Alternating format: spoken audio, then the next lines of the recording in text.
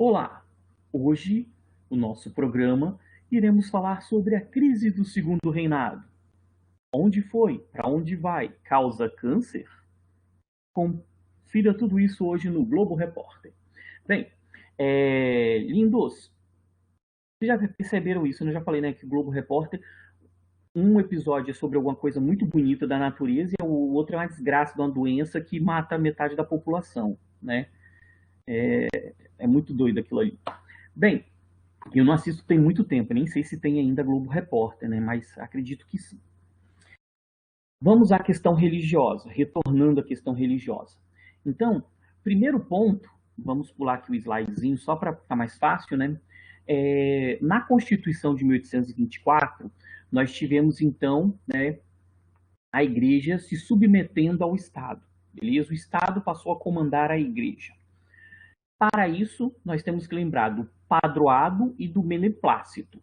Padroado, beneplácito. O padroado dava ao imperador o direito de escolher os cargos mais importantes da igreja no Brasil. E o beneplácito dava ao imperador o direito de aceite. O que seria isso, né? Quando o papa determinava alguma coisa, cabia ao imperador aceitar ou não essa determinação. Beleza? Então, quem dirigia a igreja no Brasil era o imperador. Beleza? E aí o que aconteceu? O Pio IX, né, ele começou a perseguir os maçons, beleza? E aí ele estabeleceu a Bula Syllabus.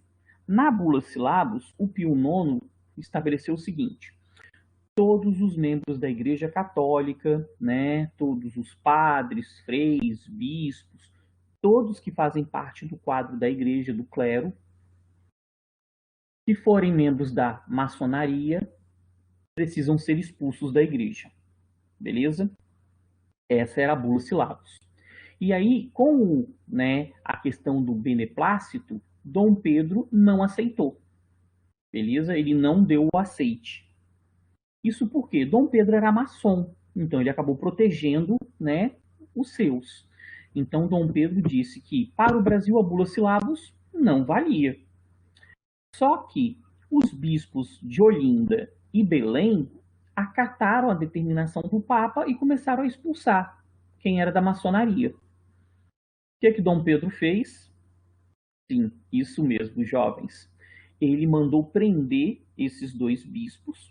Depois ele deu anistia, perdoou, libertou, mas prendeu os dois bispos, né? E a igreja utilizou isso para romper com o governo, tá? Então, Dom Pedro perdeu aí o seu primeiro alicerce, tá bom? Nós vamos perceber que na crise do Segundo Reinado, de forma lenta e gradual, Dom Pedro foi perdendo a sua sustentação até ser retirado do poder em 1889. Beleza? Então, né, a igreja parou de apoiar o imperador. Ok? Dúvidas? Dúvidas? Falem agora ou falem depois? Não? Beleza. Prosseguindo aqui na nossa jornada, questão militar. Vamos pegar o nosso lápis aqui, vermelhinho, em homenagem ao Marquese. O que foi então essa questão militar aqui? Vamos voltar lá à guerra contra o Paraguai, né? O exército brasileiro então venceu o Paraguai e durante o conflito esses membros do exército tiveram contato com a Argentina, com o Uruguai e com o Paraguai, que eram repúblicas e que não tinham mais a escravidão. Essas ideias influenciaram os militares brasileiros. Para piorar a situação da relação entre governo e militares, quando o exército voltou para o Brasil, né, pós-guerra, ele voltou desprestigiado, beleza? Dom Pedro investiu muito pouco no exército a partir da guerra contra o Paraguai. Os salários, né, os soldos, eram baixíssimos, ok? Então, falta de investimento, salários baixos, essa falta de prestígio do exército acabou, né, fortalecendo essa oposição dos militares contra, né, Dom Pedro II, contra o imperador. Beleza? Um outro problema, né, é que os militares eles não podiam se manifestar. Os militares que se manifestassem politicamente, fizessem críticas ao governo, por exemplo, eles eram punidos. Então, essas punições também, né, provocaram aí essa resistência do exército, dos militares, para ficar melhor. Então, punição do governo aos oficiais que se manifestassem politicamente.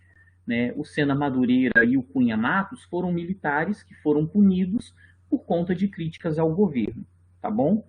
Então, nós tivemos os militares a partir da guerra contra o Paraguai. Deixa eu melhorar esse traço aqui, ficou meio torto. Os militares a partir da guerra contra o Paraguai, né, defendendo ideias de abolição e de república. Beleza? Dúvida, meus lindos? Tem dúvidas? Então vamos lá, né? Antes de passar para o próximo ponto, né? Aproveitar que a jovem Sabrina deu bom dia, o Sullivan me contou, ok? Que ele falou que ia levar um amigo para fazer uma aula experimental lá, e você falou para levar o Thiago para ele perder essa pança enorme. O Thiago está num projeto fitness, né? Eu engordei muito durante o isolamento. Como que um gordo engorda, né? Coisa difícil de entender. Mas eu engordei durante o isolamento, aí quando começou o mês de julho, eu subi na balança, a balança pediu arrego, e aí eu comecei, né, um projeto fitness. Já perdi aí alguns quilos, né? Aí eu tenho vontade de fazer boxe, porque eu não tenho um tornozelo mais, né? Meus dois tornozelos são ferrados, que eu já fui um craque do futebol brasileiro, né? Uma lenda em Viana, terra do Matheus, beleza, né? Já fiz chover naquele lugar, aí eu não tenho mais tornozelo, né? Então, assim, o ideal para mim seria um boxe ou um videogame, alguma coisa assim que eu possa não mexer muito os pés. Vamos pensar nisso, Sabrina. Calma, calma. Eu ainda tô com muito medo desse negócio de corona. Eu não saio de casa para coisa nenhuma, quase, né? Só vou, às vezes, ao supermercado, compro alguma coisa meio The Walking Dead, né? Jogo qualquer coisa no carrinho e venho para casa. Mas no momento certo, eu acho que eu vou aceitar sim, vou fazer. Mas vamos lá, vamos voltar às nossas questões, né? Eu só queria desabafar, né? Sobre esse bullying que eu sofri. Eu e meu abdômen muito bem definido. Lindos, vamos lá. Questão republicana, né? Bem, a questão republicana, né, o alicerce mais interessante da questão republicana seria a discussão entre a nossa elite econômica não ser elite política, né? Nós já vimos em vários momentos aí de história geral, por exemplo, né, que a elite econômica acaba se tornando a elite política. No Brasil isso não havia acontecido ainda, beleza? E aí nós tivemos então duas situações. Primeiro, né, uma ala mais radical do Partido Liberal, né, acabou lançando o Manifesto Republicano. Então, uma parte do Partido Liberal, né, começou a defender a ideia de república para o Brasil. Junto com esse processo, nós tivemos a Convenção de Itu, onde nós tivemos a criação do PRP, Partido Republicano Paulista. Depois da criação do PRP, nós tivemos uma onda de partidos republicanos, né? Todo estado tinha o seu partido republicano, beleza? Então, né, no caso do PRP, existia então um desequilíbrio entre ser elite econômica e não ter participação política.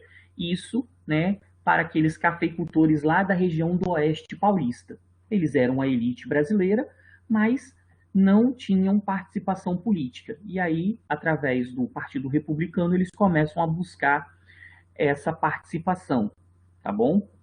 Então, existia um desequilíbrio, um descompasso, né, entre poder econômico e participação política. Deixa eu melhorar esse tracinho aqui que ficou. E participação política. Beleza? Eu sou elite econômica, eu quero ser elite política. Ponto. Beleza? Nesse contexto, foram surgindo também, né, já haviam surgido anteriormente, clubes abolicionistas. Tá? Esses clubes abolicionistas faziam eventos, festas para arrecadar fundos, comprar escravos e dar a alforria. Beleza? Inclusive aqui no Espírito Santo, né, a grande liderança do nosso clube abolicionista e do início da República no Espírito Santo foi, né, o Afonso Cláudio. Inclusive a cor do clube abolicionista influenciou a cor da bandeira do Espírito Santo. Ok? Então, né, o Oeste Paulista, ele utilizava principalmente a mão de obra de imigrantes, né? Vamos lembrar lá da imigração, né? Sistema de parceria, depois imigração subvencionada, tá? Então, eles faziam uma oposição também à escravidão. Quem ainda usava mais a escravidão era a região do Vale do Paraíba, beleza? E aí, esses grupos, principalmente esse grupo paulista, começa a defender a ideia de autonomia, né? Autonomia provincial, autonomia estadual. Ou seja, eles querem uma república federalista, né? Eles querem uma república com autonomia para os estados, tá bom? Soma a esse contexto dessas elites econômicas que queriam também participar da política, o apoio, né, das classes médias urbanas, que também não tinham representação no governo imperial. Então, nós começamos a construir aí, a partir da década de 1870, uma ideia, né, no Brasil e na cabeça das pessoas aqui no Brasil, de que o Brasil ele era atrasado tecnologicamente, socialmente, economicamente. Todos os atrasos ligados ao Brasil estavam relacionados ao formato do governo, beleza? Então, o formato do nosso governo acabava estabelecendo esse nosso atraso. Então, se o Brasil deixasse de ser uma monarquia e passasse a ser uma república, deixaria de ser um país atrasado. Isso aí, o discurso construído a partir de 1870 para que as pessoas aceitassem a ideia de república, tá? Então, nós vamos ter uma associação da monarquia ao atraso, beleza? Vão ser vários os textos que vocês vão encontrar aí a partir de 1870 relacionando a monarquia ao atraso. Então, se a monarquia é o atraso e nós queremos nos desenvolver, vamos estabelecer a república e vamos alcançar esse objetivo, beleza? Então, né, resumindo de uma forma bem grosseira, o Brasil era uma merda porque era uma monarquia, beleza? Se eles tivessem a oportunidade de ver o futuro, né, de vir para o Brasil hoje e ver como que a república está, eles iriam pensar melhor, né, se eles não iriam trocar 6 por meia dúzia, tá bom? Lindos. Então, apoio das classes médias urbanas aqui. Alguma dúvida até então? Dúvidas vão colocando aí no bate-papo aí. E, finalmente, né, a nossa última questão, né, a questão abolicionista. Bem, vamos refletir da seguinte maneira, né? A abolição da escravidão, ou melhor dizendo, a escravidão no Brasil, foi o último sustentáculo de Dom Pedro. O último alicerce de Dom Pedro foi a escravidão, tá? Ou seja, ali, né, na década de 1880, o que garantiu Dom Pedro ainda alguns anos no poder foi a escravidão. Enquanto ele conseguiu manter a escravidão, ele conseguiu se sustentar no poder. Acabou a escravidão, perdeu seu último alicerce, A escravidão acabou em 1888, em 1889, tchau Dom Pedro. Beleza? Então, foi o último alicerce, a última base de sustentação do Dom Pedro foi a questão da escravidão. Ok? Então, a abolição da escravidão, né, retirou aqui a sustentação. A partir do fim da escravidão, o governo começou a ser atacado de todos os lados. Ninguém mais defendia Dom Pedro.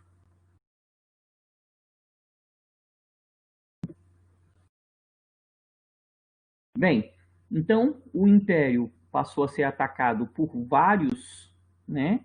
E aquela questão que eu já mencionei anteriormente, né? O atraso e a decadência associados ao governo. Beleza? O Império era ocupado pelo atraso e a decadência do Brasil. Então vamos acabar com o Império e estabelecer a República.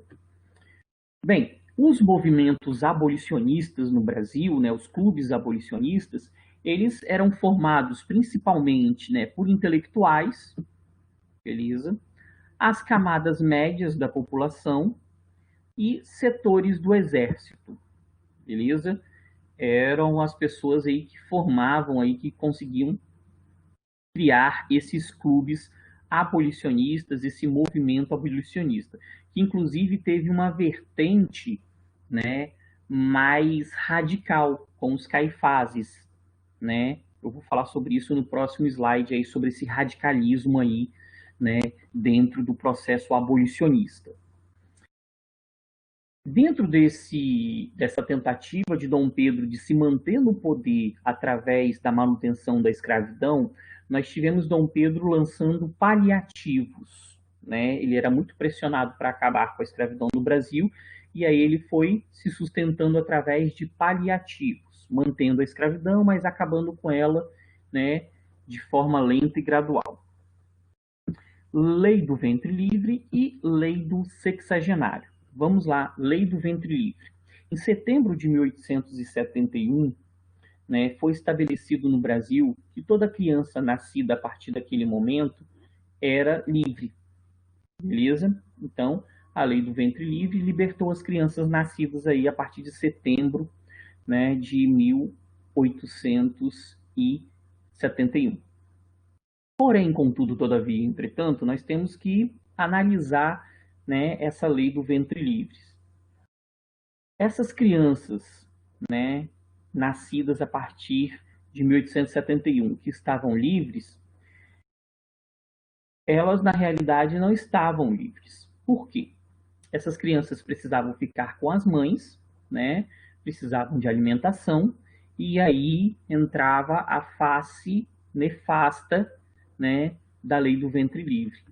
Para essa criança permanecer com a família, né, os fazendeiros faziam acordos no qual essa criança seria sustentada por ele, do nascimento até os 6 anos, e como uma indenização, como uma contrapartida, essa criança deveria trabalhar como escrava, né, até os 18 anos. Beleza? Então, né, já é uma primeira situação complicada. Outra situação que nós temos aqui, né, que analisar é que a Lei do Ventre Livre, ela aumentou a mortalidade infantil no Brasil. Isso porque muitas crianças, né, para não ficarem nessa condição aí de escravos até os 18 anos, eram abandonadas, né, ou os senhores não permitiam que elas fossem, né, alimentadas, criadas da forma necessária pelos seus pais.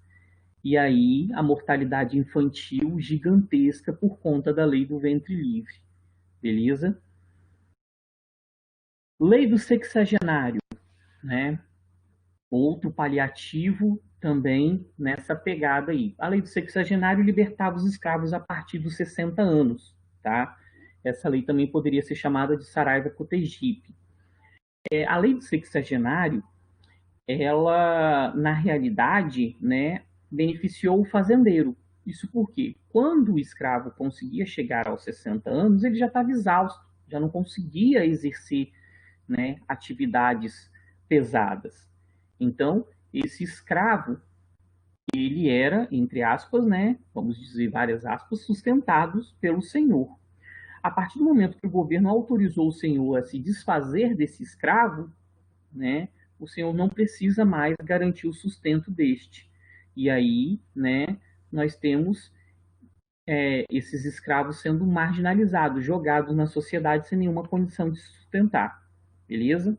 Então, era raro chegar aos 60 anos, mas quando se chegava aos 60 anos, né, já não tinha mais condições de trabalho, beleza? Então, a lei do sexagenário beneficiava também mais o senhor do que, né, o escravo em si. Uma outra observação que nós temos que fazer também sobre a lei do sexagenário é que ela foi estabelecida em 1885 também por conta de uma pressão, né? A região do Amazonas e do Ceará acabaram com a escravidão antes do restante do Brasil, beleza? Enquanto no Brasil a escravidão foi finalizada em 1888, no Ceará e Amazonas, 1885, beleza? Então isso pressionou também esse paliativo aí da lei do sexagenário. Inclusive, por conta dessa questão, nós temos aí a radicalização do movimento, que seriam os caifases, que sequestravam, vamos dizer assim, né, entre aspas, que pegavam escravos na região sudeste e mandavam para o Ceará, porque no Ceará, né, já não tinha mais escravidão. Então era uma forma de garantir, né, a liberdade desse ser humano, beleza? Então foi essa radicalização aí com o movimento dos caifases aí, pegando escravos, mandando para o Ceará, tentando libertar, fazendo o possível aí para acabar com a escravidão no Brasil, que foi finalizada em 1888, beleza? No 13 de maio de 1888, tá? Só que a Lei Áurea, né, assinada pela princesa Isabel, ela precisa ser mais bem observada, né? A Lei Áurea, ela aboliu a escravidão, beleza, parabéns, pão doce. Mas ela não inseriu o escravo na sociedade. O escravo ele foi marginalizado, beleza?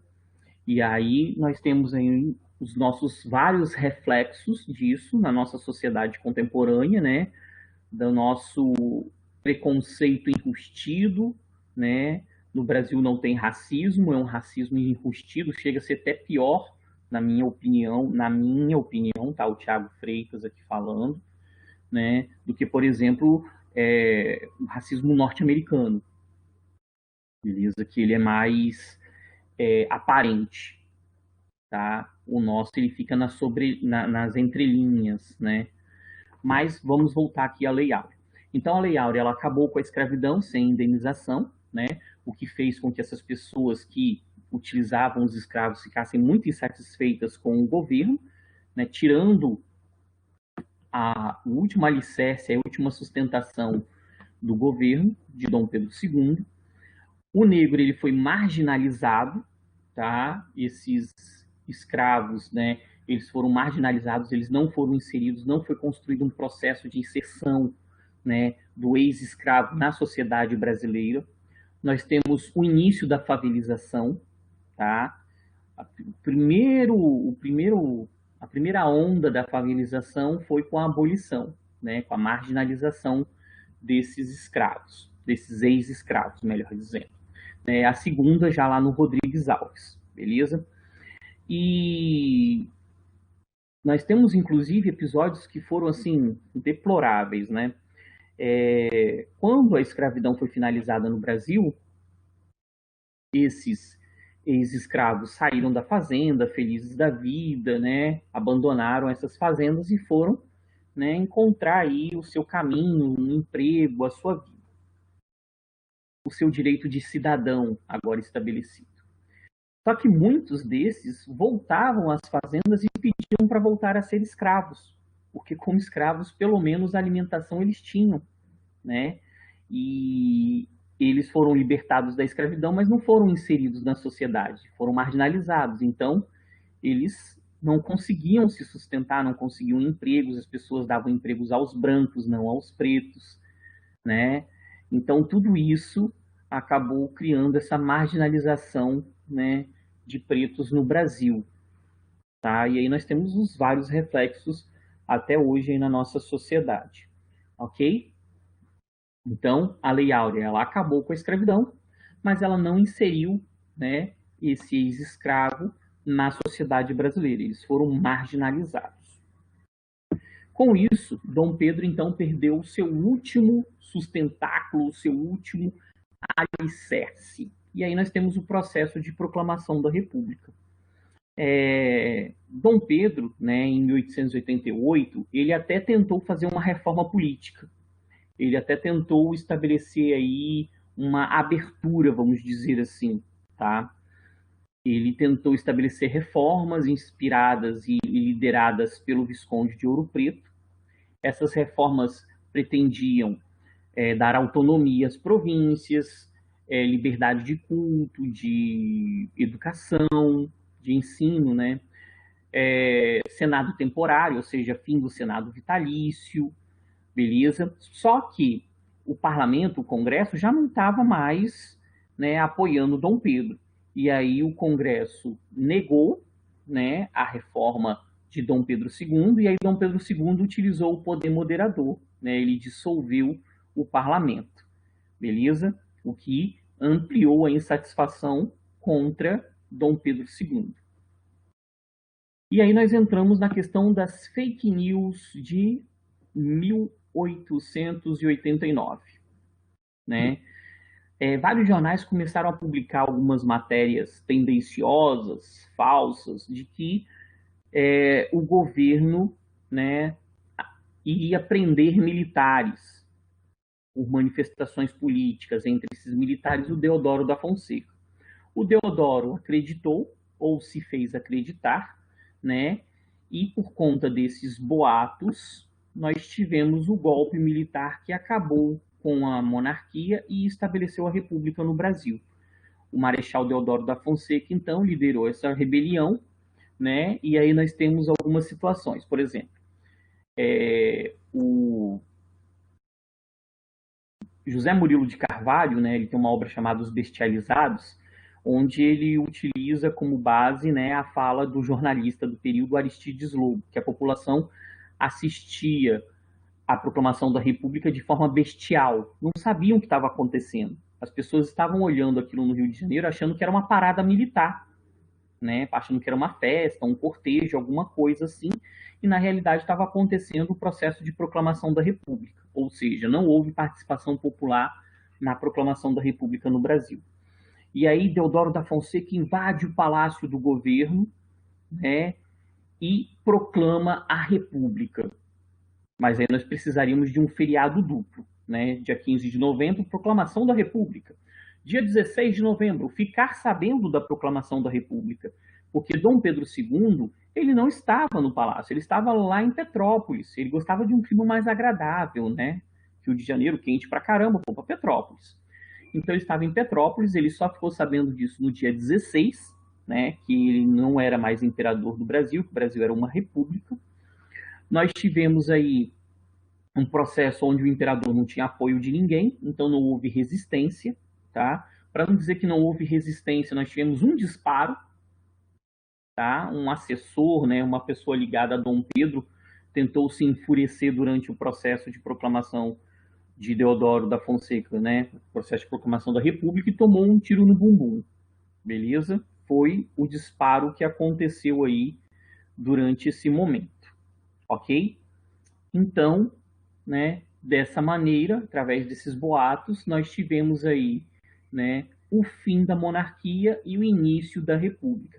Lembrando que Dom Pedro ele foi perdendo o seu apoio, questão religiosa, questão militar, questão republicana e questão abolicionista. Beleza? Ninguém mais protegia Dom Pedro e aí ele foi retirado do poder pelo Marechal Deodoro da Fonseca. Ok, galera?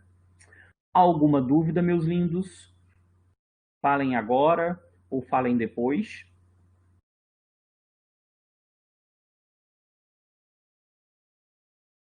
Dúvidas? Ah, beleza. Então, né, deixa eu fechar o nosso vídeo aqui, né? Galera, não esqueçam, né, de deixar o seu like.